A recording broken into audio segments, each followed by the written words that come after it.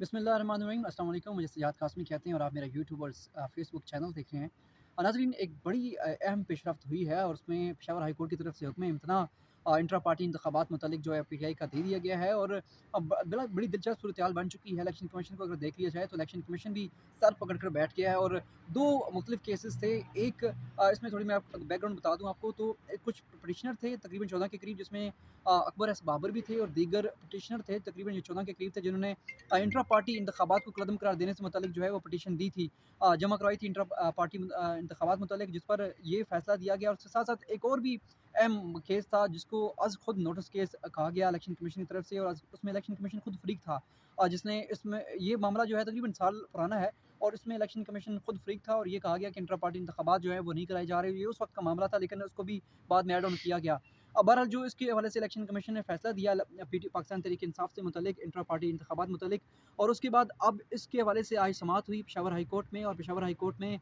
Justice Kamran हैं मियां खेल, उनकी तरफ से समाअत की गई,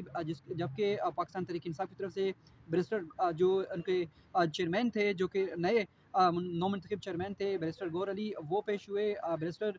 गौर अली के साथ साथ दीगर वकला भी उसमें, अली जफ़र भी थे, वो भी इसमें पेश हुए, और बाबर रहमान भी इसमें पेश हुए। सूरत हाल कुछ यूँ हुई कि जो वहाँ पर दलाइल दिए गए उसमें बड़ी दिलचस्प सूरत हाल यूँ हुई कि इलेक्शन कमीशन की तरफ से ये माना गया कि इंट्रा पार्टी इंतखाबात हुए हैं और ठीक हुए हैं, लेकिन जो इतराज़ उठाया गया वो सिर्फ़ और सिर्फ़ ओहदेदारों पर था। और बड़ी दिलचस्प सूरत हाल यूँ हुई कि पाकिस्तान तहरीक इंसाफ की तरफ से जो दलाइल दिए गए उसमें ये कहा गया कि अगर हमारे इंट्रा पार्टी इंतखाबात पर कोई इतराज़ किया जाता है तो उसकी आइन जो इलेक्शन एक्ट है वो ये कहता है कि हमें 2 लाख तक जुर्माना किया जा सकता है, लेकिन बल्ले का निशान नहीं लिया जा सकता। ये किसी सूरत भी जो है वो जो है एक किस्म का बैलेंस फैसला ना था, जिस पर इलेक्शन कमीशन की तरफ से भी जो फैसला दिया गया उसको भी वहाँ पर कोर्ट किया गया, और ये कहा गया कि दरख्वास्त गुजारों को जो कहा जा रहा है कि वो पाकिस्तान तहरीक इंसाफ के अरकान है, लेकिन वो हमारे पाकिस्तान तहरीक इंसाफ के अरकान है ही नहीं, और उनको एज आ पाकिस्तान तहरीक इंसाफ का मेंबर काउंट करके वहाँ पर सुना गया और उनको बाकायदा तौर पर मौका दिया गया, जबकि हमें कम से कम मौका दिया गया, और हमें सवालात का एक बड़ा एक जो लिस्ट है वो भी हमें दे दी गई, थमा दी गई, और ये कहा गया हमें उसकी जवाब देना है, जिसका हमने फ़र्दन एक-एक सवाल का जो है वो जवाब दिया। लेकिन उसके बावजूद इलेक्शन कमीशन ने हमारे इंट्रा पार्टी इंतखाबात के मुतालिक जो हमें कहा कि 20 रोज़ में इंतखाबात कराएँ, जो कि इलेक्शन एक्ट की ही खिलाफ वर्जी था 20 रोज़ में इंतखाबात कराना। और उसके बाद जब हमने इंतखाबात करवाए और करवा कर 2 दिसंबर के इंतखाबात करवाए, उसके बाद हमने इलेक्शन कमीशन को सबमिट करवाई और हमें सर्टिफ़िकेट दिया गया। ये वहाँ के वकला ने कहा वहाँ पर समाअत के दौरान उन्होंने ये कहा कि सर्टिफ़िकेट देने के बाद ये पिटिशनर सामने आते हैं और उनकी सुनने के लिए फिर इलेक्शन कमीशन ने सर्टिफ़िकेट वापस लिया और हमें हमारे केस को सुना गया, और फिर इन्हीं तकरीबन 15 रोज़ के अंदर-अंदर ये इलेक्शन कमीशन ने समाअत की, मुकम्मल की, उसके बाद हमारे खिलाफ फ़ैसला दे दिया। और वो फ़ैसला भी पेशावर हाई कोर्ट की हुक्म की रोशनी में दिया गया और कहा गया अगर पेशावर हाई कोर्ट ना कहता कि आप बरवक़्त इसका फ़ैसला दें, तो हो सकता है कि ये फ़ैसला भी थोड़ा मज़ीद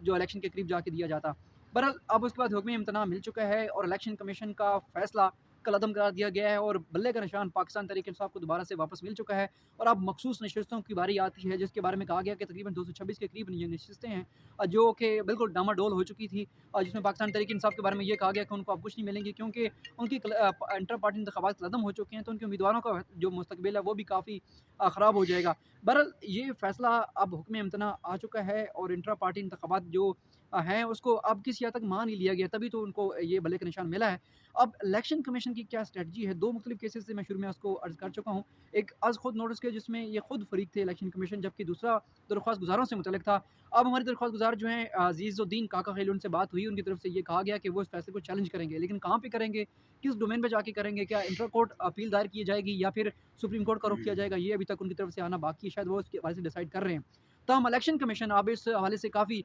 संगीन सूरत-हाल का सामना उसको करना पड़ रहा है कि इलेक्शन कमीशन की तरफ से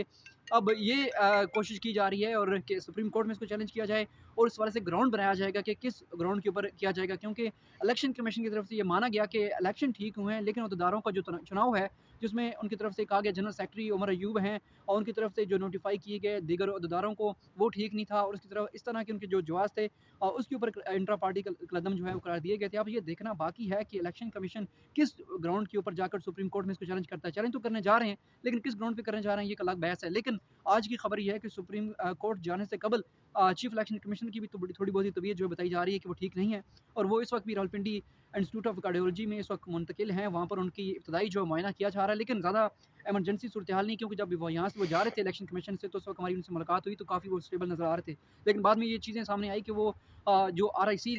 लेकर गए हैं, वहाँ पर उनका इब्तदाई जो मुआयना है वो किया जा रहा है। बहरहाल ये सूरत हाल अब किस तरफ जाती है, इलेक्शन कमीशन कब जाता है सुप्रीम कोर्ट में चैलेंज करने के लिए, और मखसूस नशिस्तों का क्या फ़ैसला होता है, और साथ-साथ इंट्रा पार्टी